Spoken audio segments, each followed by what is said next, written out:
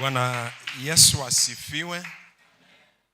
Amen. Carlos ndio jina langu. Ole ni kaka yangu. Wakati naokoka nilimkuta Upanga kwa Bishop Mwenisongole, nilimkuta na baba pia.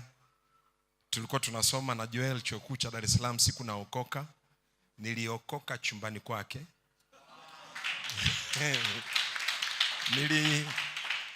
Ulikuwa nakaa na Godwin Ombeni. Godwin Ombeni alikuwa ni mwakilishi wa shule ya huduma ya Morris Serulo pale chuoni. Nilikuwa sijaokoka bado. Nimetoka kupokea boom. Nimekuja kununua magazeti ya Dr. Morris Serulo. Sijaokoka. Joel uliniuliza swali. Unataka magazeti ya Serulo au unamtaka Yesu? Mimi nikijua kwamba Yesu ni gazeti nzuri kuliko ya Serulo, nikasema namtaka Yesu. Alikuwepo na Patrick Kamera ndani ya kile chumba. Walisimama wote wakasema piga magoti chini. Nikasema hili gazeti leo nitalipata kwa gharama kubwa sana. Ndio maana kuokoka ni muujiza jamani. Wakaniongoza sala ya toba. Masai akalia kwa machozi na makamasi. Nikampokea Yesu tarehe 30 mwezi wa 3 mwaka 93. Bwana Yesu asifiwe sana. Nimeokoka mikononi mwa watumishi hawa. Nimelelewa mikononi mwa watumishi hawa. Sistahili kukaa kwenye platform moja nao kwa sababu mimi ni mdogo wao, ni mtoto wao. Kwa hiyo ni heshima sana mbele za Mungu mimi kuwepo hapa leo. Bwana Yesu asifiwe. Bwana Yesu apewe sifa. Na kama ambavyo Ole amesema, mimi nitakuwa nazungumza in a very informal, practical way. Lakini ni kitu ambacho nimekihakikisha. Ni Mungu niliyemhakikisha. Neno ambalo nimelishika, nimelionja, nimeliona, nimekaa nalo, ndilo ambalo nalileta kwetu. Bwana Yesu asifiwe sana. Bwana Yesu apewe sifa. Kaka yangu Joel, Zakaria 4:10. Sehemu ya kwanza ule mstari. Ni nani atakaye dharau siku ya mambo madogo? Unajua huyu ni mtoto. Unajua mimi nilifikiri labda nilikuwa namuuliza kaka, hivi hii ni ya ngapi? Akaniambia ni ya kwanza. Nikasema mbona mtoto amezaliwa anatembea na kuongea? Kwa hiyo huyu ni mtoto ambaye amezaliwa anatembea na kuongea. Alafu Ayubu 8 mstari wa 5 hadi wa 7 anasema ukimtafuta Mungu kwa bidii. Akasema ukimsihi huyo Mwenyezi. Alafu akasema ukiwa safi na uelekevu. Anasema hakika atainuka kwa ajili yako na kufanya makazi ya haki yako kufanikiwa. Mstari wa 8, very beautiful word. Mstari wa 7 anasema japokuwa huo mwanzo wako ulikuwa ni mdogo, mwisho wako utaongezeka sana. Bwana Yesu asifiwe sana. Mstakabali wa kazi ya Mungu katika nchi yetu ya Tanzania inataka vitu kama hivi. Bwana Yesu asifiwe sana. Mahali ambapo baba zetu na kaka zetu waliotutangulia kutoka kwenye utajiri wa uzoefu wao watasema na maisha yetu na kutusababisha tuende haraka kuliko wao walivyoenda. Tufike haraka walipofika wao, kwa sababu watatuonyesha mahali penye mashimo, watatuonyesha mahali penye mitego ya adui, na watatusaidia kuikwepa ili tuweze kufika kwa haraka. Bwana Yesu asifiwe. Mtu mmoja alisema kwamba ajifunzae kwa makosa yake mwenyewe ana ufahamu, lakini yeye anayejifunza kwa makosa ya mwingine ana hekima. Bwana Yesu asifiwe sana. Watu wa Mungu wa thamani wote wanaofanikiwa na kufeli wana kitu cha kutufundisha. Anayefanikiwa anatufundisha ya kufanya ili tufanikiwe. Wanaofeli wanatufundisha yale ambayo hatupaswi kufanya ili tuweze kufanikiwa. Bwana Yesu asifiwe sana. Mwanasayansi mmoja Galileo akasema, kama nimeona mbali, nimeona nikisimama kwenye mabega ya hao wanaonitangulia, kaka zetu na baba zetu waliotutangulia, tukisimama kwenye mabega yao tutaona mbali. Ukubwa wa kile unachozaa kinategemea kile unachokiona. Na ili uweze kuona mbali, lazima kuwe na mabega ambayo unasimama juu yake. Na si zaidi sana unaposimama kwenye mabega ya mtu ambaye amesimama kwenye mabega ya mwingine, utaona mbali zaidi. Bwana Yesu asifiwe. Bwana Yesu apewe sifa. Haleluya. Kuna mithali ya Kiafrika inasema, kile ambacho mzee anakiona akiwa amekaa, kijana hata awe kwenye kilele cha mlima hawezi kuona. Kwa nini tupande mpaka kilele cha mlima ili kuona mbali? Kwa nini tusikae na wazee wakasema nasi, na ile kusema nasi ikatufanya tuone mbali? Ikatufanya tuone mbali. Maana Ibrahim aliambiwa, akaambiwa kwamba inua sasa macho yako baada ya kuachana na Lutu. Akaambia inua macho yako mashariki, magharibi, kusini na kaskazini. Akaambiwa nchi yote uionayo, as far as you can see, nitakupa. Jamani, tukitaka kuona mbali, lazima tukubali kusimama kwenye mabega ya walio tutangulia. Bwana Yesu asifiwe sana. Imagine pamoja nami, umesimama kwenye mabega ya baba Yared Dondo. Yeye anaona kusanyiko la watu 6500 na wamenunua eneo na wanajenga. Umesimama kwenye mabega yake unaangalia. Umesimama kwenye mabega ya Ole unaangalia. Umesimama kwenye mabega ya Joel Amuli unaangalia. Utaona mbali. Utaona mbali. Utaona mbali. Bwana Yesu asifiwe sana. Bwana Yesu apewe sifa. Na kuona ndo mwanzo wa maisha ya nidhamu. Mithali 29:18 anasema, pasipo maono watu ukosa kujizuia.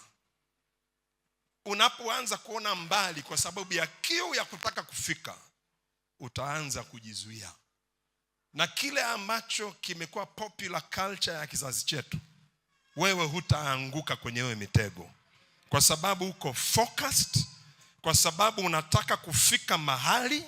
Hutacheza michezo yao, hutakula vyakula vyao, hutaonekana kwenye sherehe zao, kwa sababu kuna mahali unataka uende na ukafika.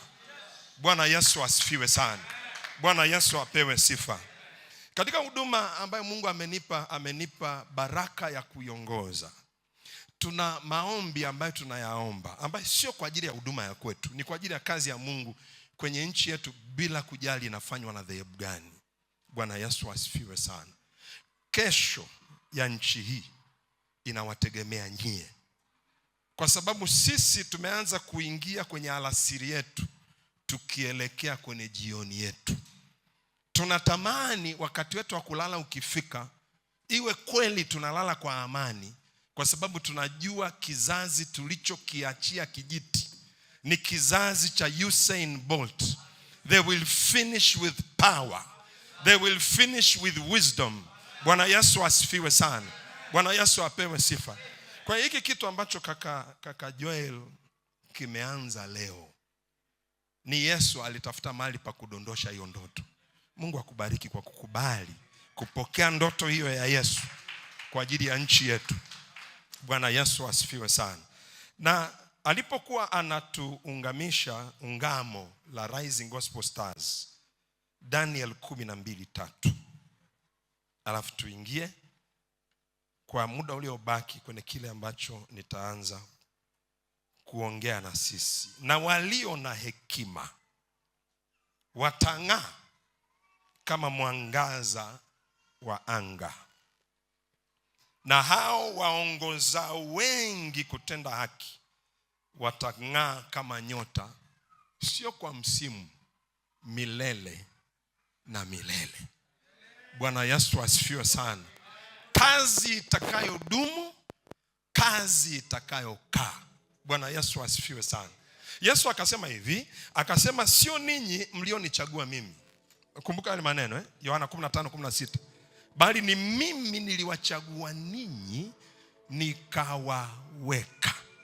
Mwende mkazae nini? Matunda, na matunda yenu yapate kukaa, ili lolote muombalo Baba kwa jina langu apate kuwatendea.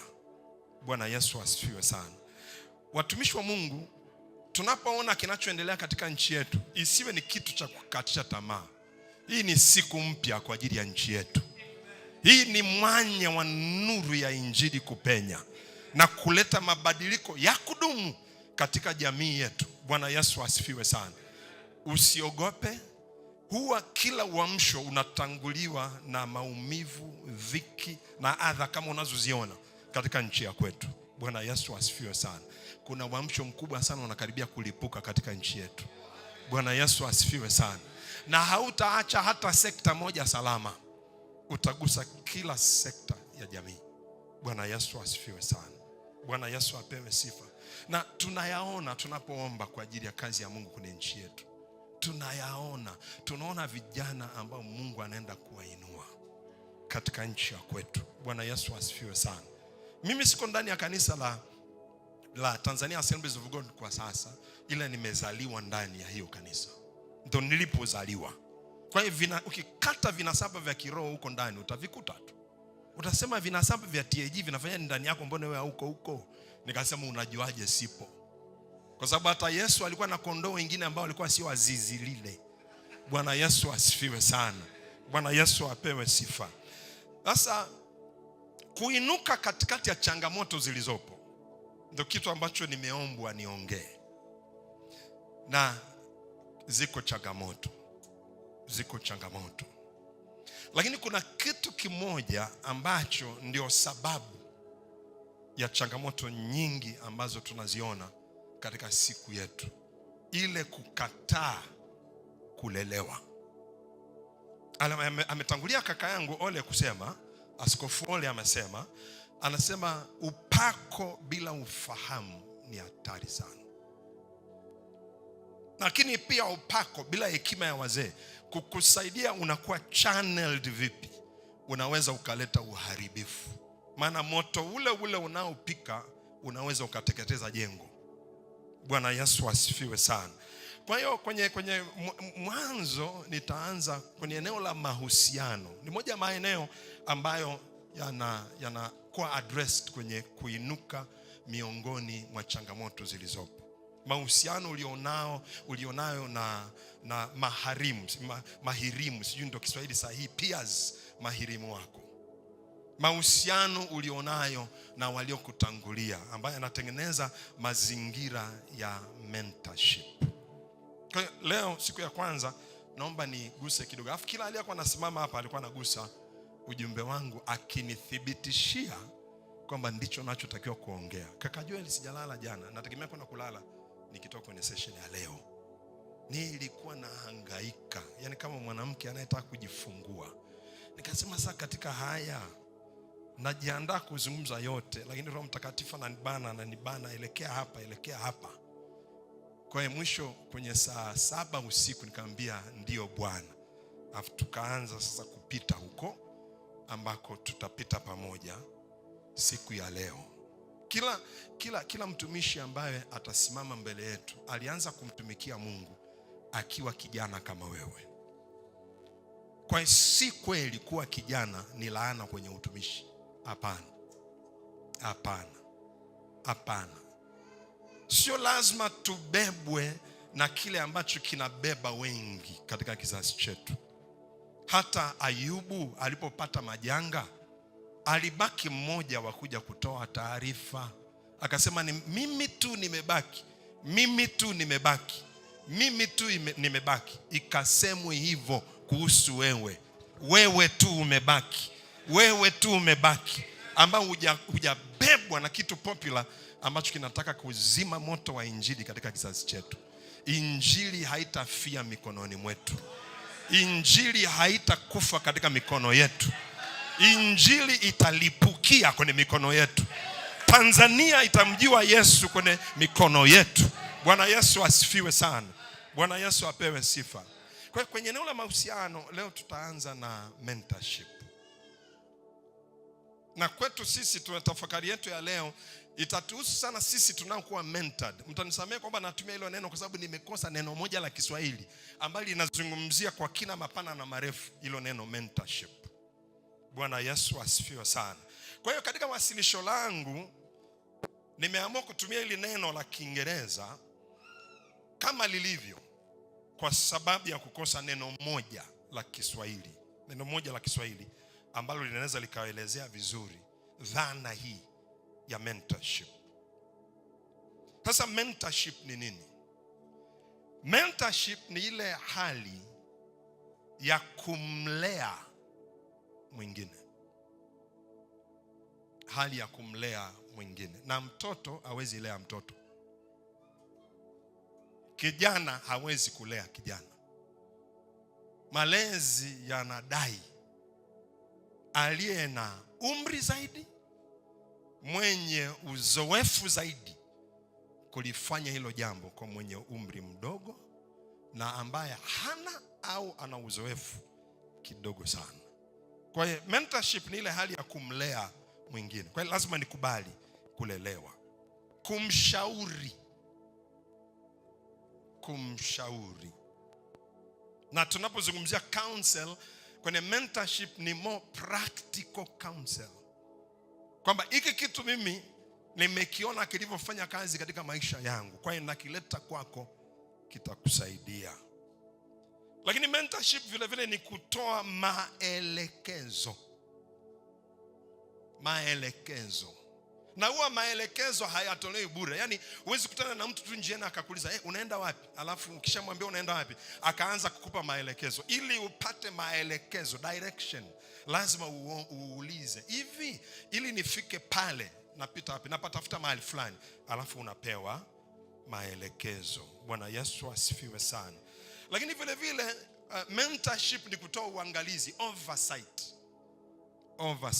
Na mtu ili aweze kunipa oversight, lazima nimpe insight into my life.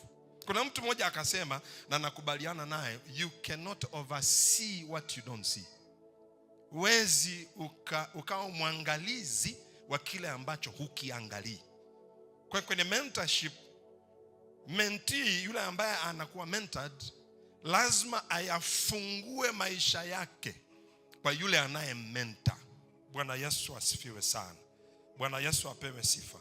Kwa hiyo katika mentorship, yule ambaye anafanya hiyo mentorship anakuwa anafanya uangalizi wa kile alichobeba yule ambaye anakuwa mentored. Anafanya uangalizi kwa lengo la kuona kile kitu kikichipuka, kikikua na kikikomaa.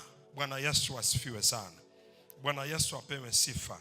Nimetumia neno mpokeaji akue, apevuke na akomae. Kwenye hilo eneo ambalo anakuwa mentored. Na sisi tutakuwa tunazungumzia sana kwenye eneo la uongozi, kwenye eneo la huduma. Bwana Yesu asifiwe sana. Na kama tulivyosema, mentorship hufanywa na mtu ambaye ana umri zaidi. Umri wa kuzaliwa, umri katika huduma na uongozi. Bwana Yesu asifiwe sana. Ana miaka ya kutosha zaidi yangu mimi naye kuwa mentored. Bwana Yesu asifiwe sana. Katika safari ninayosafiri ya uongozi, mahali ninapoenda katika uongozi, katika huduma, huyu mtu yuko mbali zaidi kuliko mimi kwenye njia hiyo hiyo. Bwana Yesu asifiwe sana. Tena kuna mithali nyingine ya Kiafrika inasema kwamba ukikutana na nyani mzee msituni, amekwepa mishale mingi sana. Na ukitulia akikubali umsogelee, utakuta kuna mingi imevunjikia mwilini, lakini haikuchoma mshipa vital. Kwa hiyo imemkosa, ilikuwa labda ichome mshipa ambaye ingemua, alafu ikaingia pembeni. Sasa kuitoa ni hatari, imevunjiwa mule ndani. Bwana Yesu asifiwe sana. Paulo akasema mtu asinitaabishe, maana nimebeba mwilini mwangu chapa zake Kristo. Bwana Yesu asifiwe. Bwana Yesu apewe sifa. Sasa mentor anakuja na utajiri huu katika maisha yetu. Bwana Yesu asifiwe sana. Bwana Yesu apewe sifa. Na katika mentorship, yule anayefanya mentorship anaitwa mentor. Sasa huwezi kuita mlezi kwa sababu ni mlezi, ni mshauri, ni mwangalizi, ni vitu vingi, lakini itoshe kusema ni mentor. Nashukuru kakaangu Joel amesema tutatumia lugha mbili. Mimi nitatumia zaidi Kiswahili, lakini kuna wakati itabidi nirudi tu kuchukua maneno ya Kiingereza ili yawe na msisitizo, ili ukifuatilia saa maneno katika Wikipedia, katika mtandaoni, utapata utajiri wa maana ya neno husika. Kwa hiyo anayefanya mentorship anaitwa mentor, na yule anayepokea mentorship anaitwa mentee, anayelelewa. Sasa upekee wa mentorship unadai mahusiano. Huu ndio upekee wa mentorship. Katika zile namna mbili ambazo kaka yangu Askofu Ole amezisema, kwamba kuna namna rasmi ya mafunzo na namna isiyo rasmi ya mafunzo. Mentorship ni namna isiyo rasmi, lakini ni moja ya namna za muhimu sana. Sio mbadala wa maandalizi rasmi, lakini ni maandalizi yanayofuata baada ya maandalizi rasmi. Bwana Yesu asifiwe sana. Na nafikiri hata kwenye kanisa la Tanzania Assemblies of God, wakati watu wanapokuwa vioni, wakati wa likizo, wanarudi kwa chini ya mchungaji, na ni sehemu ya kuandaa kwa ajili ya wao kupata degree ya theolojia. Bwana Yesu asifiwe sana. Kwa hiyo inadai mahusiano.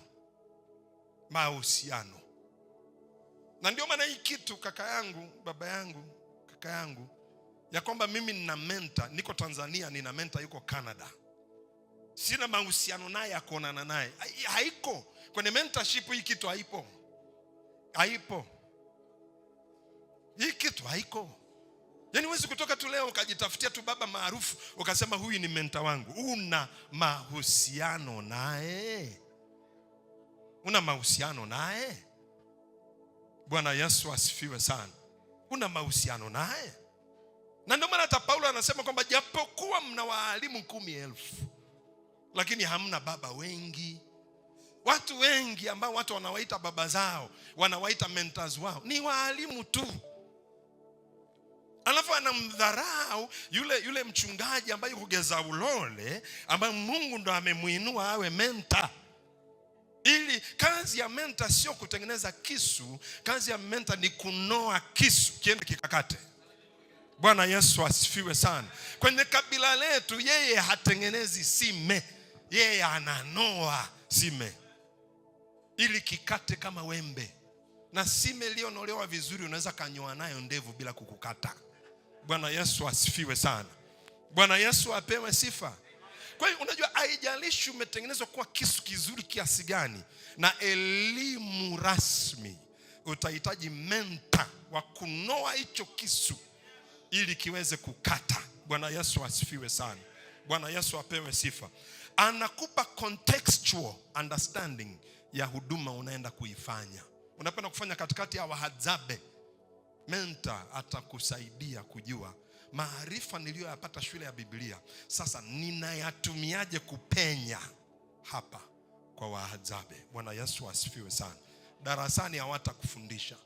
Yule mchungaji ambaye yuko kule field ndo atakufundisha. Bwana Yesu asifiwe sana. Na mentor mzuri atakuambia mpaka mahali ambapo yeye alifeli na kukosea, akusaidie wewe ujenge juu ya hilo gofu jengo la maana. Bwana Yesu asifiwe sana. Bwana Yesu apewe sifa. Kwa hiyo ni mazingira ambayo sio rasmi, yanayodai mahusiano. Darasani haya mazingira ni rasmi. Bwana Yesu asifiwe sana.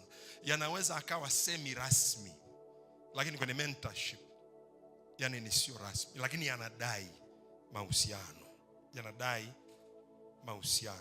Na kumbuka, mentorship sio mbadala wa elimu.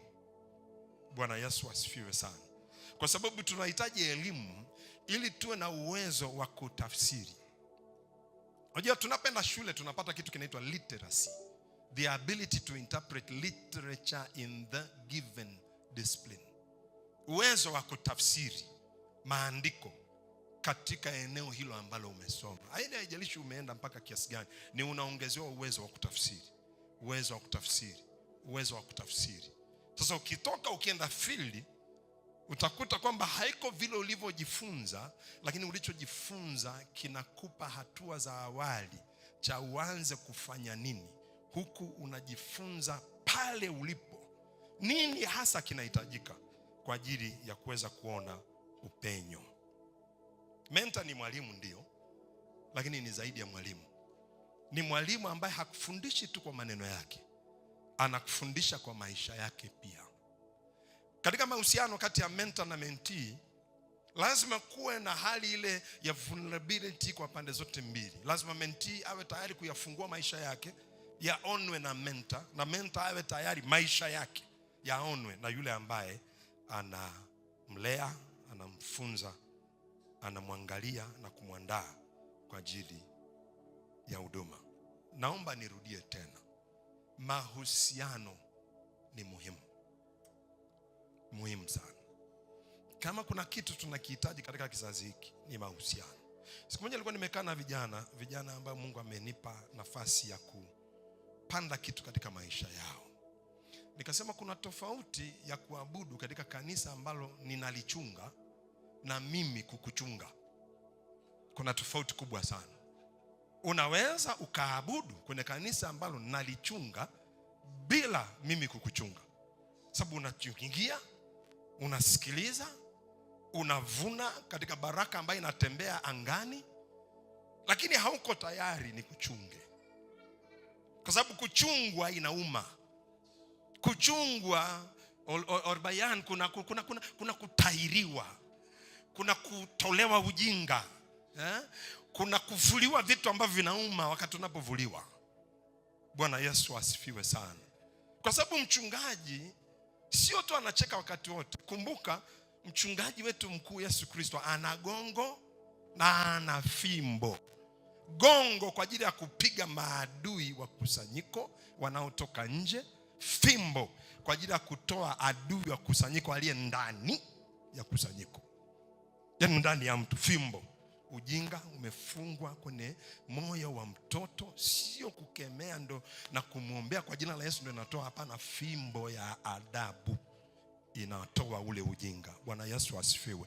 Sio kwamba tunachapa viboko jamani, kwamba lala chini chapa. Ukisikia Biblia inasema kwamba utalindwa na mapigo ya ulimi, fahamu kwamba ulimi una mapigo. Yaani kuna namna unaweza kubanwa katika Yesu Kristo, ukasema yule mzee afadhali angenichapa kuliko kunisemesha alivyonisemesha. Bwana Yesu asifiwe sana. Bwana Yesu apewe sifa. Kwenye kitabu cha Mithali 13 mstari wa 20. Hii ni muhimu sana kwetu katika mentorship. Na sidhani, kaka zangu, baba yangu, sidhani kama inafika mahali ambapo mtu hahitaji mentor. Yaani hata kama sisi wenyewe tuna mentor, kuna wanao tu mentor sisi, na kuna wanao wa mentor wale wanao tu mentor sisi. Kwa hiyo ni chain ambayo huwezi kuivunja. Bwana Yesu asifiwe sana. Anasema enenda pamoja na wenye hekima. Enenda pamoja na wenye hekima, nawe utakuwa na hekima. Unaenenda na kina nani? Enenda na wenye hekima, nawe utakuwa na hekima. Anasema bali rafiki wa wapumbavu ataumia. Bwana Yesu asifiwe sana.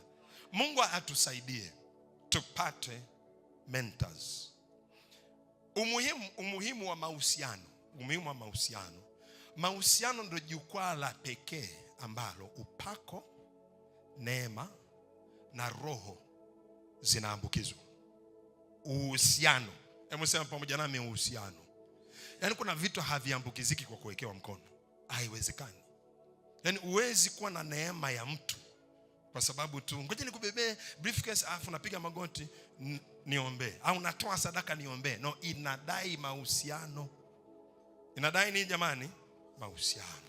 Na hiki kitu hakiwezi kutokea darasani. Bwana Yesu asifiwe sana. Ukiangalia kwenye Biblia dhana ya wanafunzi kwenye Biblia, kwenye Kiingereza neno disciple. Discipleship, mtu anapokuwa disciple wa fulani, anahama kwao, anaenda kwa mwalimu wake, anaenda kwa bwana wake, anaenda kukaa. Bwana Yesu asifiwe sana. Alafu ana observe maisha ya mwalimu wake. Ana observe, anaangalia jinsi anavyoishi nyumbani, jinsi anavyodili na watoto, jinsi anavyodili na mke, anavyoshughulika na issues mbalimbali katika maisha, anashughulika vipi na changamoto. Anakuwa yuko karibu. Na mara nyingi ili uweze kuwa karibu na mentor, itadai wewe kuvolunteer kumsaidia mentor, kumtumikia mentor, kumhudumia mentor, kufanya kazi za ovyo kwa ajili ya mentor, kukubali kutumwa huku na kule na mentor, kuwepo ofisini mpaka mentor atoke ndipo wewe urudi nyumbani. Ule ukaribu utakufanya kuanza kuchukua hazina toka kwake. Hakuna kitu cha thamani kinachopatikanaga juu juu. Madini yote yamefichwa chini sana. Haya madini yaliyoko ndani ya hivi vyombo vitakavyotuhudumia wiki hii vinadai kuchimba ili uvipate. Bwana Yesu asifiwe sana. Bwana Yesu apewe sifa. Kwa hiyo unaambatana na kina nani? Kwenye kitabu cha Wakorinto wa kwanza sura ya 15, Wakorinto wa kwanza sura ya 15 mstari wa 33. Wakorinto wa kwanza sura ya 15 na mstari wa 33. Neno la Mungu linasema, msidanganyike.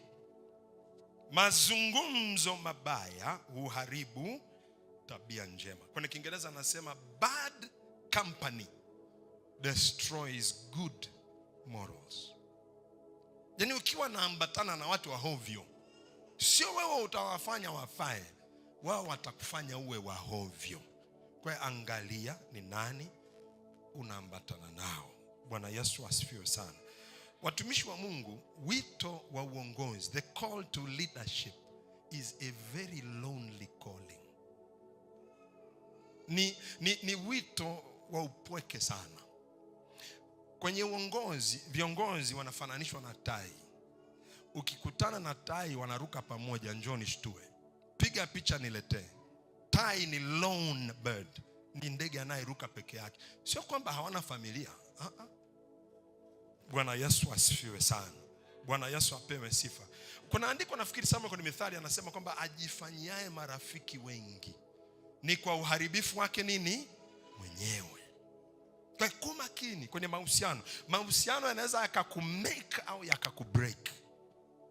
Bwana Yesu asifiwe sana. Bwana Yesu apewe sifa. Na kwenye eneo la mentorship tuwe makini na microwave culture tulionayo, kwamba kitu kinaweza kikatengenezwa kiharaka. Chochote kinachopanda haraka kinakuwa hakina msingi, kisubiri tu kitarudi chini. Lakini chochote ambacho kinaendaga mbali kinatumia muda kwanza kwenda chini. Mabaki ya nyumba ya Yuda yatatia kwanza mzizi chini, ndipo yatazaa matunda wapi? Juu. Bwana Yesu asifiwe sana. Bwana Yesu apewe sifa.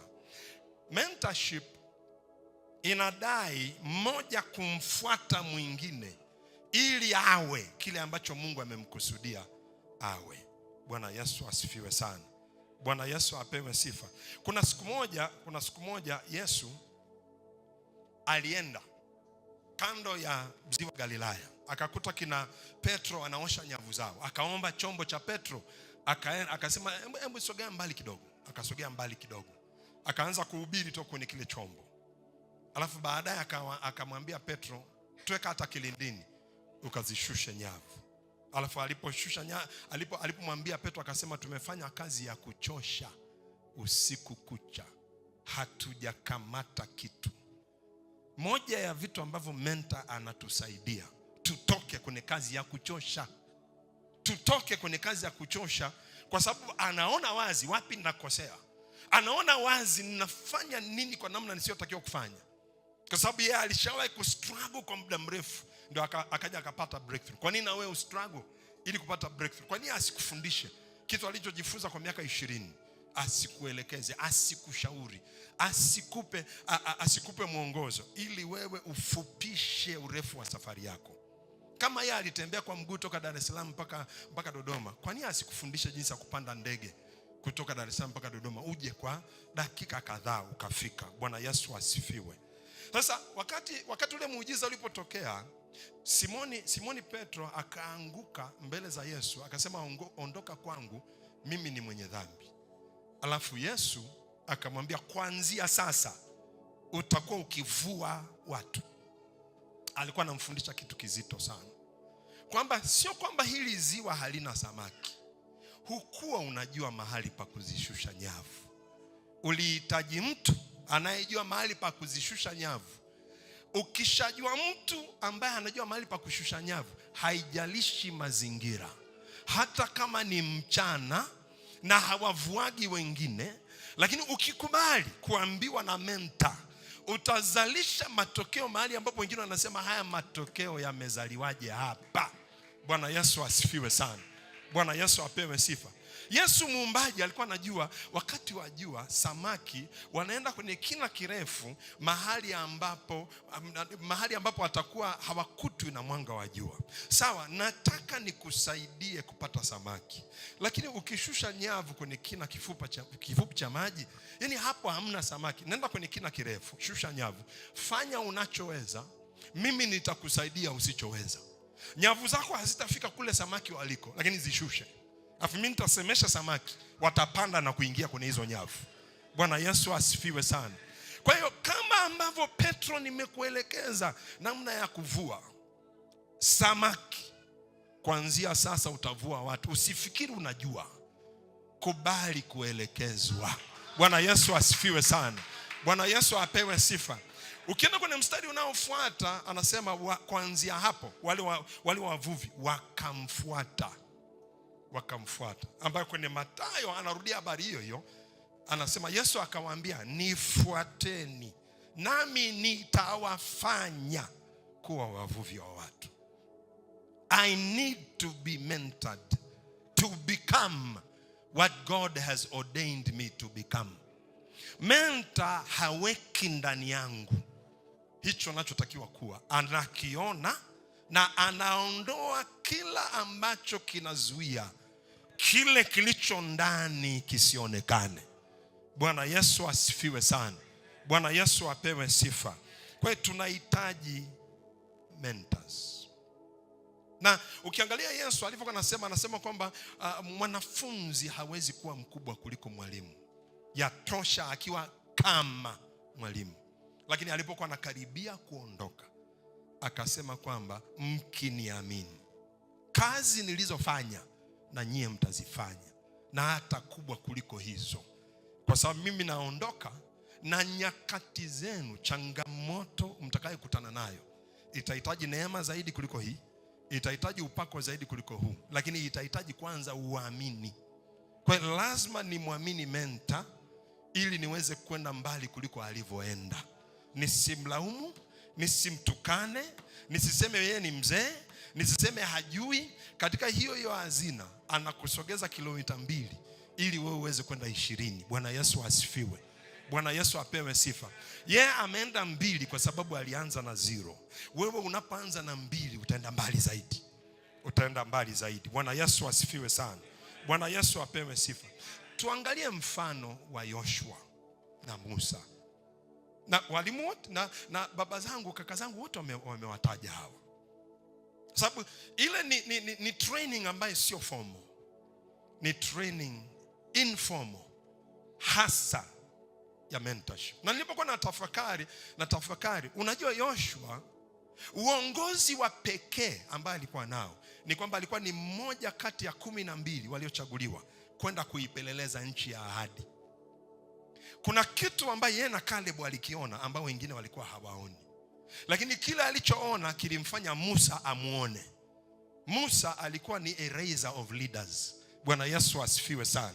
Bwana Yesu apewe sifa. Ilimfanya Musa amuone.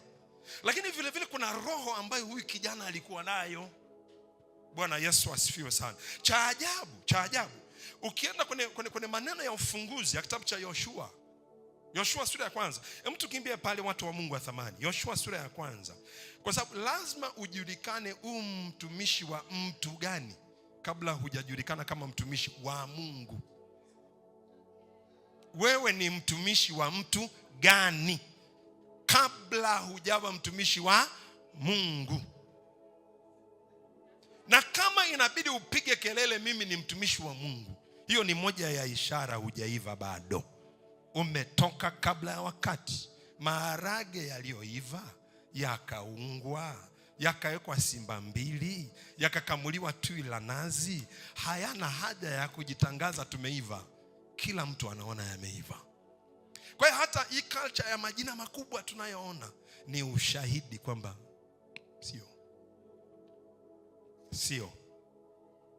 Kwa sababu you do not announce destiny. Destiny announces you. Bwana Yesu asifiwe sana. Wewe usemi hatima. Wewe ufunguli kipawa mlango. Kipawa kina nguvu ya kutosha kukufungulia mlango. Kama hakijaamua kukufungulia, ina maana bado. Tulia chini. Bwana Yesu asifiwe sana. Hamna kitu kinauma kaka Joel kama kuwa wewe ni mrithi lakini unaishi kama mtumwa. Si ndio Paulo alikuwa anawaambia Wagalatia, mrithi angalipo mtoto hana tofauti na nani jamani? Na mtumwa. Lakini yuko chini ya nani? Mawakili na watunzaji. Ni menta zao. Mpaka wakati ulioamriwa na baba. Sio baba bi kubwa. Huyo baba huyo atajua when your season to be released has come. Usidai kupewa, subiri upewe. Inheritance udai, inheritance unapewa. Bwana Yesu asifiwe sana. Baba yako, menta wako atakwambia sasa, Ero, hii boma ni ndogo sana kwetu sisi sote. Toka na wewe ukawe na manyata yako. Bwana Yesu asifiwe sana. Sasa Yoshua 1, Yoshua sura ya 1. Yoshua sura ya 1 mstari wa 1 anasema, ikawa baada ya kufa kwake Musa mtumishi wa Bwana. Piga hesabu ni wewe sasa. Alafu Mungu anamuintroduce menta wako kama mtumishi wake, alafu anakuintroduce wewe kama mtumishi wa menta wako. Pima utakuwa unajisikiaje? Na ushajitangaza mimi ni mtumishi wa Mungu, anambia dogo bado. Wewe ni mtumishi wa mtumishi wangu. Bwana Yesu asifiwe sana. Lakini uzuri wa kuwa mtumishi wa Mungu, aliye mwaminifu kwa cha mwingine, Mungu atampa cha kwake. Bwana Yesu asifiwe. Ikawa baada ya kufa kwake Musa mtumishi wa Bwana, Bwana akamwambia Yoshua mwana wa Nuni mtumishi wa Musa, akasema. Ina maana mpaka hapa, kwa sababu anakaribia kumtambulisha kama mtumishi wa Mungu, lakini mpaka hapa alikuwa anajulikana kama mtumishi wa Musa. Mimi sijui kwenye makabila mengine, ila kwenye kabila letu hamna baba wawili ndani ya nyumba. Hata kama una ndevu mpaka zimeanza kutoka mvi nyumbani kwa baba yako. Mimi nakumbuka mama yetu hakuwa Mmasai, alikuwa ni Mwirako. Tukisema kwamba kuna zile kazi, unajua si wa Masai kuna kazi ambazo tuzifanya tunasema za kike. Sasa ile nyumba ilikuwa sio wa Masai watupu. Kuna baba ni Masai, mama ni Mwiraka. Ukisema mimi kazi mimi siwezi kuifanya mimi mwanamume, anakuambia Koroboy, mwanaume humu ndani ni mmoja tu, Ricky Wilson Kirimbai, ndio mwanamume wa boma hii, utafanya hii kazi. Bwana Yesu asifiwe sana. Bwana Yesu apewe sifa. Kwa hiyo lazima ukubali kuishi kwenye kivuli cha mwingine, ili jua lisikuchakaze kabla ya wakati. Ili wakati wako ukifika na wewe uwe kivuli cha wengine. Wewe uwe kivuli cha wengine. Kuna kitu alikizungumza, sikumbuki alisema nini kakaangu Ole, lakini aliposema kuna hili wazo likawa inspired ndani. Asiye tayari kusikiliza wengine, hakuna atakayemsikiliza yeye. Hakuna atakayemsikiliza yeye. Lazima tuwe tayari kwa chini. Lazima tuwe tayari kwa muda kuishi katika kivuli cha Musa mpaka wakati wetu wa kuachiliwa utakapofika. Bwana Yesu asifiwe sana. Kaka Ole, mara ya kwanza wakati Biblia za Kiswahili za tafsiri ya uzima tele zilitoka kwa wachungaji wa Tanzania Assemblies of God peke yake. Enzi hizo bado Bishop Ranuel Mwenisongole of blessed memory alikuwepo. Mimi ile Biblia nilikuwa nahitaji. Sikuwa mchungaji wa TAG. Lakini hapana, nikasema mimi naenda makao makuu ya TAG Ubungo. Siendi kumuona Bishop Ranwell kama askofu, naenda kumuona kama mchungaji wangu, sababu ndo aliyenichunga miaka yangu mitatu ya kwanza. Nikafika kwa secretary akasema una appointment, akasema sihitaji appointment na baba yangu, mimi ni mwanae. Unaitwa nani? Wewe mwambie tu mtoto wako yuko hapa nje. Nasema sisi watoto wa Ranwell tunawajua. Nasema hujawajua wote, mwambie baba hapo ndani. Bwana Yesu asifiwe. Nikaingia akanikumbuka, "Hey Carlos, unataka nini?" Nikamwambia, "Baba, Biblia ya mafundisho ya uzima tele ni kwa ajili ya wachungaji wa Assemblies of God peke yake. Ila baba, naomba au nipate hiyo Biblia au leo hii nikane mimi sio mwanao." Akacheka, akamwita katibu mkuu, akasema nenda na huyu kijana, nenda kampe Biblia ya tafsiri ya uzima tele. Bwana Yesu asifiwe sana. Nimetoa wapi ule ujasiri? Nilinyenyekea na kutii chini ya utumishi wake, hata baada ya kutoka nje ya kanisa la Assemblies of God. Sasa mimi nilitoka nikiwa mshirika kwenda kuanza huduma, lakini bado nilikuwa na mheshimu kama baba yangu, kama mlezi wangu, aliyenifundisha njia na hatua za kwanza za kutembea katika Kristo. Bwana Yesu asifiwe. Mstari wa pili, yani Mungu alihakikisha anasigina ego ya Yoshua. Mstari wa pili anasema Musa mtumishi wangu amekufa. Anazungumza na Yoshua. Haya basi. Yani iko kama ukitaka okay, kama utaki okay. Ondoka, vuka mto huu Yordani, wewe na watu hawa wote, mkaende hata nchi niwapayo wana wa Israeli. Ukienda kwenye mstari wa 7 anamkumbusha, shika kila kitu alichokuambia Musa mtumishi wangu. Amen. Na kwenye masuala ya uongozi, unajua kuna wakati wana wa Israeli wanatoka, kuna wakati Mungu alimwambia Musa achague wazee 70. Musa alikuwa hamuoni Yoshua kama mmoja wa viongozi, kwa hiyo hakuchaguliwa katika wale wazee 70. Hakuchaguliwa. Bwana Yesu asifiwe sana.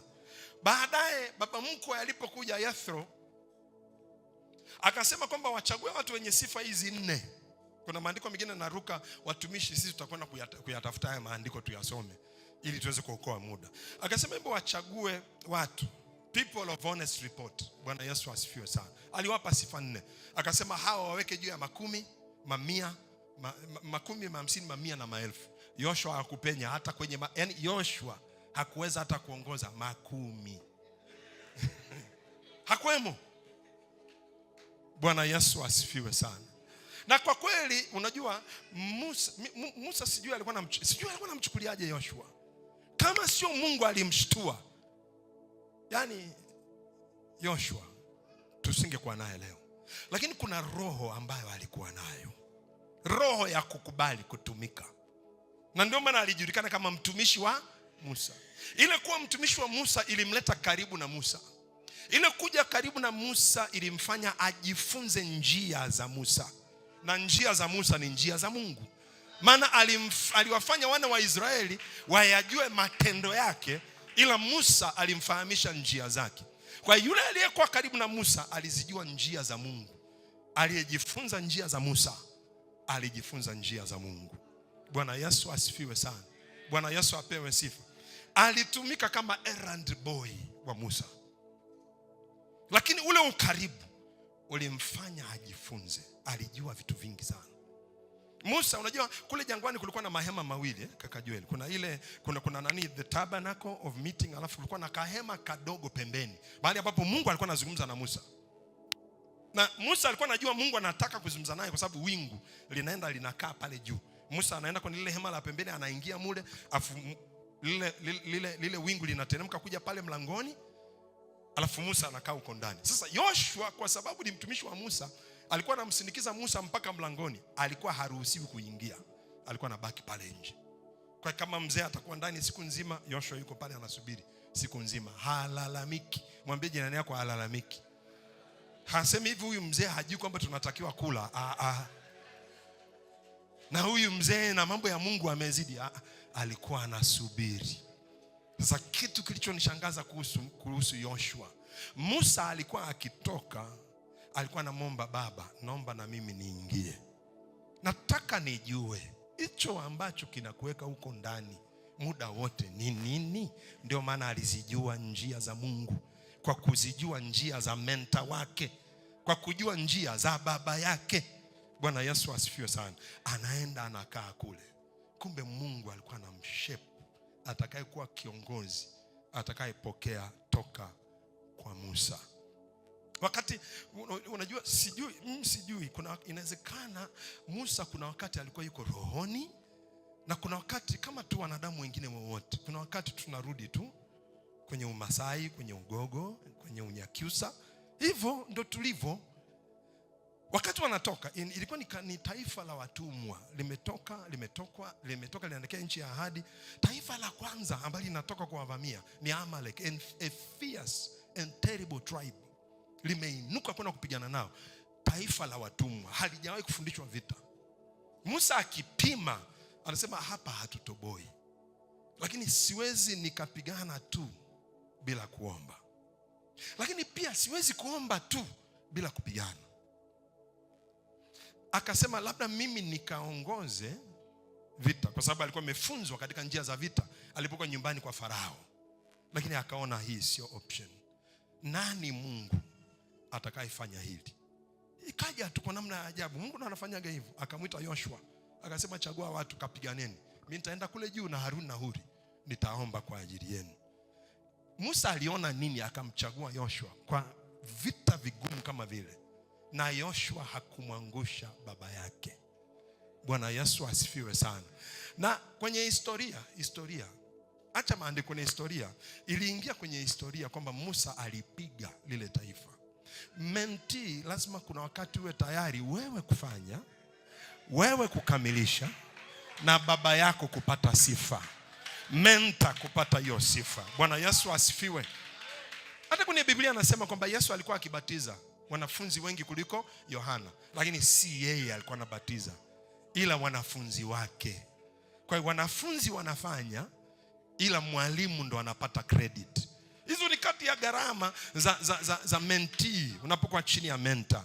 Na hii inasaidia kuua ego, inasaidia kuua pride, inasaidia kuua moyo ulioinuka. Bwana Yesu asifiwe sana. Bwana Yesu apewe sifa. Kwa sababu kwa kadiri ulivyo mnyenyekevu, ndivyo ulivyo malleable in the hands of the master kutumika naye. Bwana Yesu asifiwe sana. Bwana Yesu apewe sifa. Ikafika mahali wakati Musa anataka ajue nani atakaye chukua kazi. Mungu akamwambia mtwae Yoshua mwana wa Nuni. Na sifa ya pekee aliyokuwa nayo, mtu aliye na roho. What spirit did he have?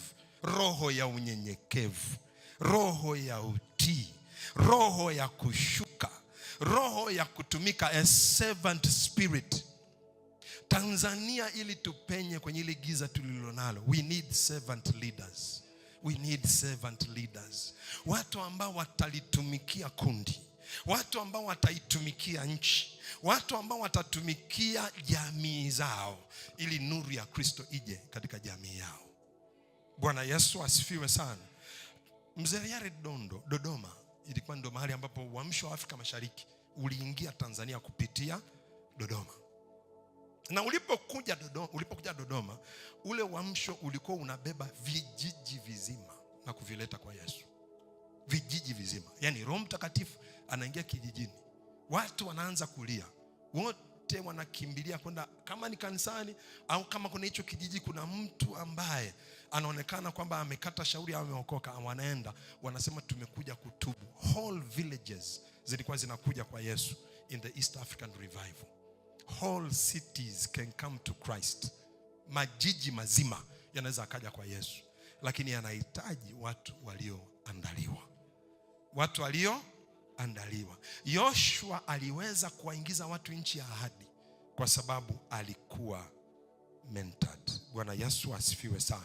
Tena maandiko yanasema kwamba Yoshua mwana wa Nuni alikuwa amejaa roho ya hekima.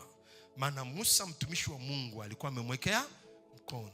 Wengi tunaona kule kuwekewa mikono, wengi hatuoni ile miaka aliyetumika kumtumikia Musa ili astahili kuwekewa mikono na ule upako kuja juu yake. Bwana Yesu asifiwe sana. na yeye ndiye aliyowarithisha Israel nchi ya ahadi. Bwana Yesu asifiwe sana. Bwana Yesu apewe sifa. Labda tuseme kwa dakika ambazo zimebaki, ni dakika 7 hivi zimebaki dakika 7. Okay. Hebu tumwangalie Elia na Elisha. Na kwa sababu tunazungumza watumishi jamani, sio mpaka nifungue maandiko. Nitakachokuwa nasema tutajua kilipo. Bwana Yesu asifiwe sana. Kwa sababu tukianza kufungua maandiko hapa tutasema vitu vichache sana. Bwana Yesu apewe sifa. Elia, ile huduma ilikuwa ni huduma ya ajabu sana. Wewe fikiria ile huduma ilipokata tamaa, ilihitaji vyombo vitatu vichukue mafuta ambayo yako ndani ya chombo kimoja. Hazaeli mfalme wa Shamu, Yehu mwana wa Nimshi, na Elisha mwana wa Shafati. Watu watatu. Yule baba alikuwa na kifua. Alikuwa na kifua. Bwana Yesu asifiwe sana. Ole upako wa mtu mmoja kugawiwa kwa watu watatu. Yaani ndani kuna upako wa kifalme, huko ndani kuna upako wa generali wa kijeshi, huko ndani kuna upako wa mtumishi wa Mungu. Kwa hiyo kumbe alimkimbia tu Yezebeli kwa kutokutambua. Kwa sababu upako ule ule ambao mtu yule aliyemuua Yezebeli alipakwa mafuta na Elia. Kile cha Elia kilichoenda kwa Yehu ndio kilimuua Yezebeli. Bwana Yesu asifiwe sana. Watu wa Mungu wa thamani, pale ulipowekwa ndani yako kuna kila kitu cha kupenya pale. Kipo. Unahitaji tu mentor akifiatue na kukiachia toka ndani yako. Sasa yule baba alikuwa vile vile ni mtu ambaye alikuwa na mafuta ya kufungua Bible school. Alikuwa na Bible school 3. Moja ilikuwa Gilgal, nyingine ilikuwa Bethel, na nyingine ilikuwa Jericho. Ile baba ilikuwa ni kifua. Alikuwa ni principal wa chuo cha theolojia Gilgal, chuo cha theolojia Bethel, na chuo cha theolojia Jericho. Na alikuwa ni visiting professor kwenye vyuo vyote. Na wote aliowafundisha waliweza kuona kama alivyoona, waliweza kutabiri alivyotabiri, waliweza kusimama kwenye ile ofisi kama yeye kwa maarifa. Lakini maarifa hayatoshi kusimama kwenye ile ofisi. Kuna roho alikuwa nayo ambayo haiwezi ambukizwa darasani. Bwana Yesu asifiwe sana. Na hii roho Mungu akamwambia kwamba sitaiachia kwa mwanafunzi yeyote. Hawa wanafunzi 50 wa Gilgal, Bethel na Jericho, 150 wataishia kuitwa wana wa manabii, sons of the prophet. Lakini I want to raise a prophet. Akasema nenda kamtie mafuta Elia mwana wa Shafati awe nabii mahali pako. Na alipoenda hakumpaka mafuta. Fuatilia ile habari, angalia. Sura 19 ya Wafalme wa kwanza. Alivua vazi lake la juu,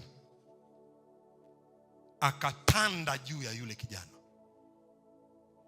I cannot transfer the anointing if I cannot cover you.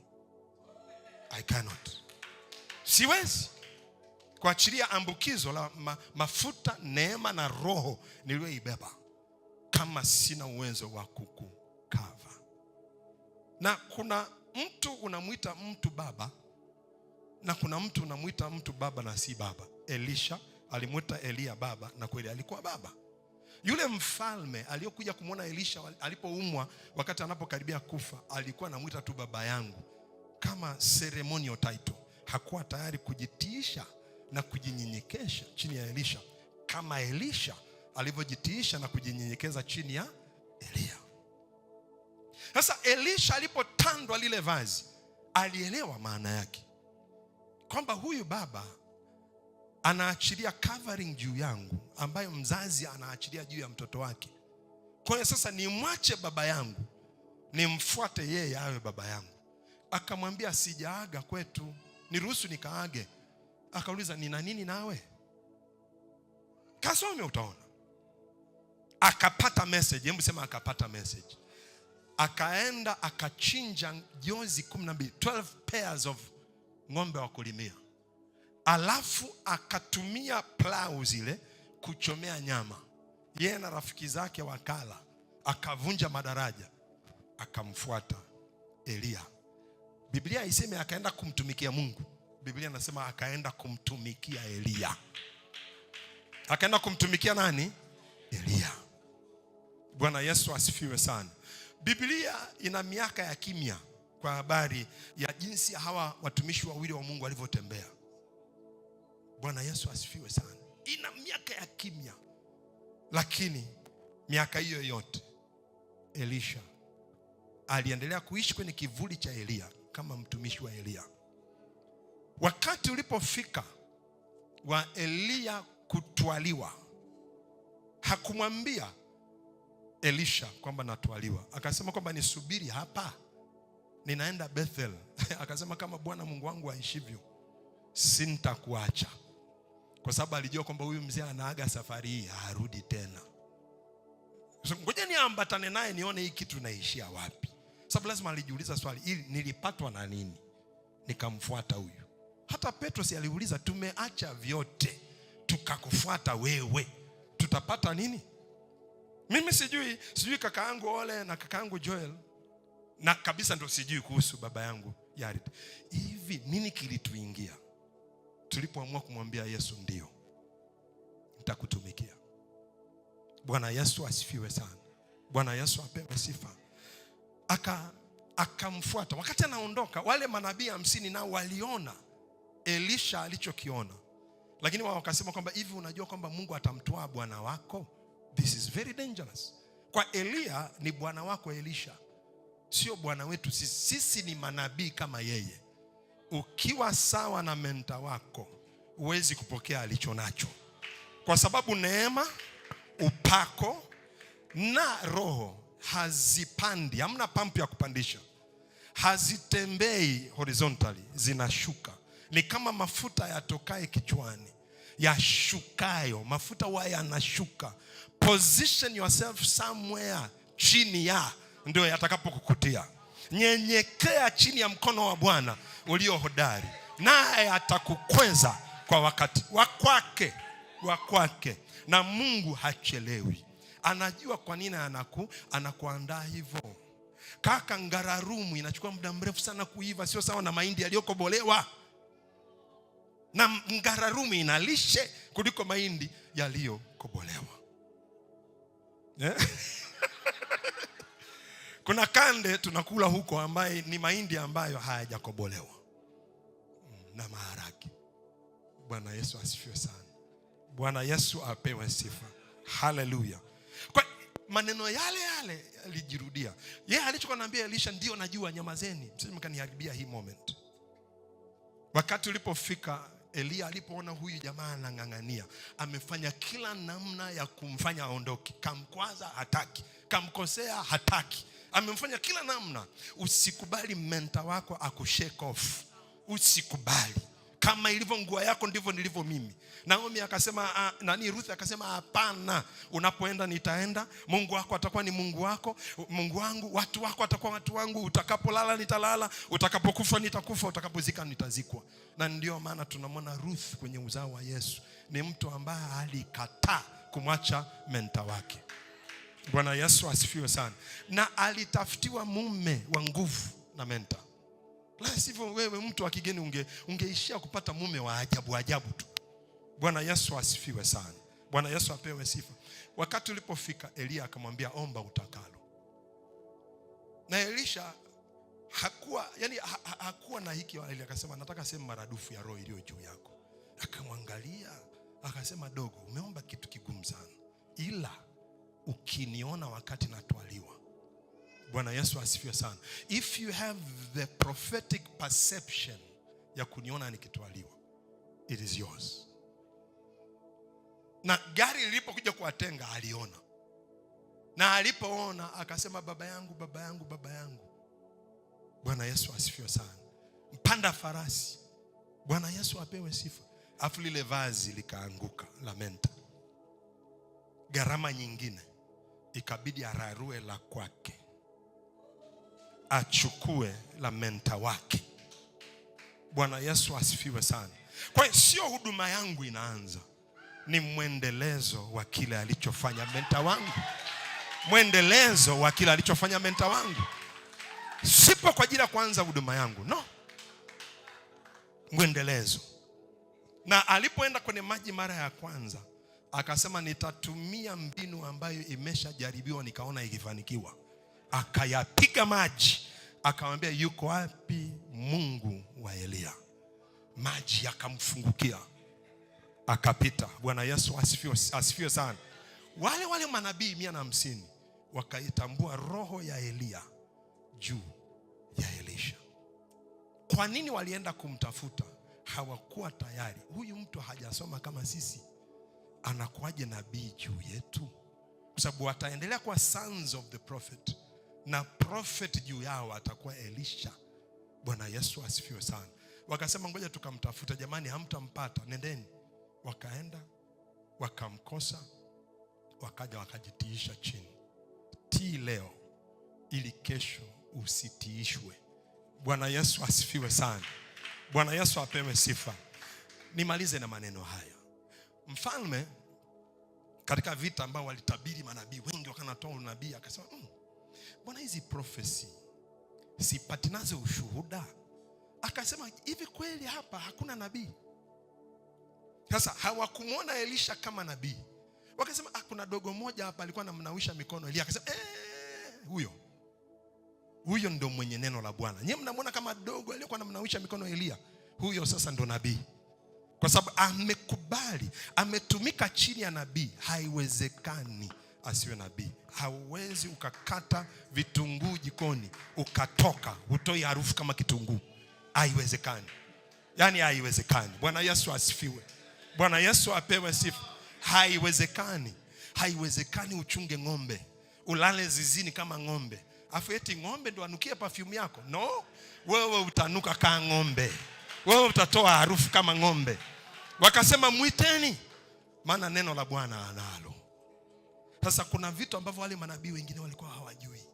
Walikuwa hawajui kwamba inapoonekana neno la Mungu ni gumu kulileta, mtafute mpiga kinanda. Hivyo vitu alivijulia ndani.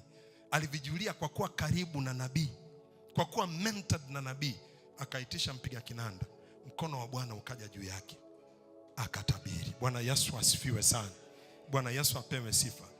Elia, ukiangalia ule muunganiko wa Elia na Elisha, Elia ni kama alikuwa failure, lakini Elisha hakuzodoa failure ya baba yake.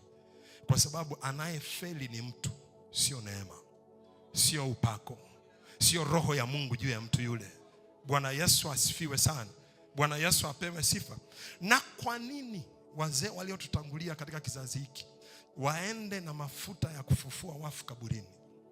Mafuta ya kufufua wafu hayatakiwi kaburini, yanatakiwa kwenye kizazi hiki ambacho watu wanakufa. Lakini hatuwezi kupokea kama hatuko tayari kujitiisha chini ya mentors, kulelewa. Alafu sio tumwendee mentor na kumwambia kwamba nafikiri Mungu ananiita nikafanye kazi. Kama anakuita ukafanye kazi, atamsemesha mentor wako. Atamsemesha mentor wako. Bwana Yesu asifiwe sana.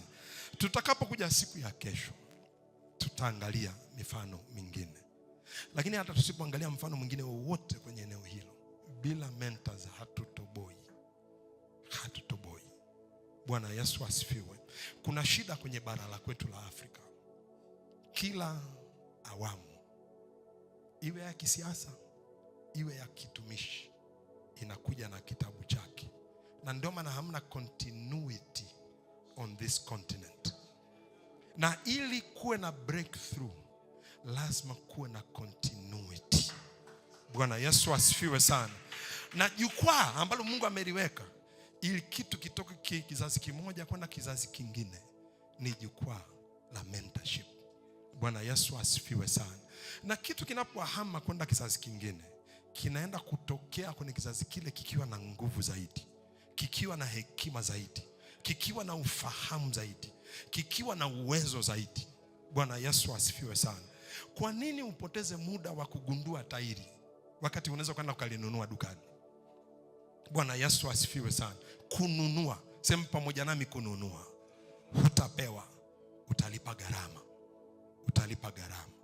Tuombe. Baba, katika jina la Yesu, asante kwa ajili ya neno lako. Asante kwa sababu liko tumaini kwa ajili ya nchi yetu. Liko tumaini kwa ajili ya bara letu. Si kweli kwamba Afrika tulikuwa hatukujui. tulikujua hata kabla watu wengine hawajakujua. Kuna mahali hapo katikati tulikupoteza, ila unaturejea kama bara, unaturejea kama watu weusi. Pale mahali ambapo tulianguka, tukavunjika na kuharibiwa, unatuinua, unatujenga na kutuachilia. Yale ya muhimu ambayo tumeyapuuza yakatufikisha pagumu tuliopo, tusaidie Mungu tuyazingatie, ili Mungu tukainuke tena kama bara. Sio tu tukainuke kwenye Injili, pia tutainuka kwenye kila eneo.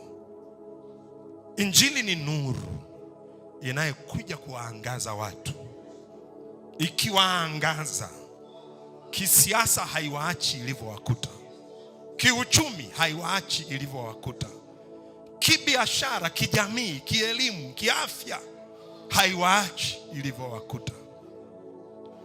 Mungu, kumbuka bara letu. Mungu, kumbuka nchi yetu. Tukumbuke tena kizazi hiki. Mungu, turuhusu kama Simeon tushike wokovu unaokuja kwenye bara letu. Tushike wokovu unaokuja kwenye nchi yetu. Baba, tuwe tayari kulipa gharama tunayotakiwa kulipa, ya kulelewa, ya kushauriwa, ya kukuzwa, ya kuwa chini ya uangalizi, ili kile cha Mungu cha ajabu kilichokuwa ni kizazi hiki, Mungu kikache. Baba, katika siku hizi mbili, wekeza kile ambacho ni wewe tu unaweza kawekeza. Maana ulitangulia kuwekeza kwenye vyombo vya ajabu hivi vitakavyotuhudumia. Bwana, tusisikie tu maneno, tudake roho inayoachiliwa pamoja na maneno, ili Tanzania, ziwa Victoria mpaka Nyasa, ziwa Tanganyika mpaka bahari ya Hindi, Tanzania ikaione nuru tena. Waliokaa katika giza wakaone nuru kuu. Waliokaa katika nchi ya uvuli wa mauti, nuru ikawaangaze. Baba, saidia kizazi hiki. Turehemu kizazi hiki. Tusamehe tulipokosea. Tupe nafasi nyingine, tukajengwe tena, tukaachiliwe tena, katika jina la Yesu aliye hai. Tukainuke na kuangaza, kwa kuwa nuru yetu imekuja na utukufu wa Bwana umetuzukia. Asante Mungu, kwa sababu wewe ni mwema na mwaminifu, katika jina la Yesu aliye hai. Mtu mmoja aseme amen. Karibu mtumishi wa Mungu.